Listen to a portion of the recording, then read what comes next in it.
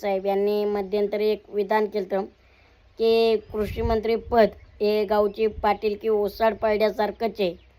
त्याच्यानंतर ते विसरून गेलोत, पुढं गेलोत. आज शेतकऱ्यांची परिस्थिती बघितलीच असेल तुम्ही. आत्महत्या करतात, रोज ना रोज एक तरी शेतकरी मरतोय.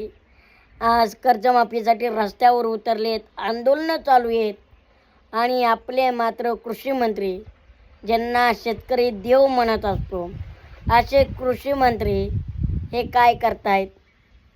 थोडीफार काय वाटायला पाहिजे. AC मध्ये बसल्यात मस्तपैकी आणि जंगली पे आओ ना महाराज रम्मी खेळतायत. यांना रम्मी खेळायला वेळ आहे, पण शेतकऱ्यांकडे बघायला वेळ नाही. शेतकऱ्यांच्या आत्महत्या होत आहेत ते बघायला वेळ नाही.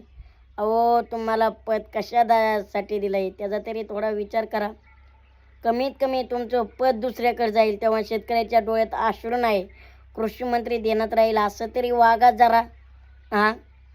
जर तुम्हाला लईच वेळ असेल तर आज शेतकऱ्याच्या बांधावर जाऊन परिस्थिती बघा शेतकऱ्यांची काय आहे. कृषी मंत्र्यांकडून आता तरुणांनी काय आदर्श घ्यायचा, महाराष्ट्रातील जनतेने आणि शेतकऱ्यांनी काय आदर्श घ्यायचा हे तुम्ही तुमचाच घ्या.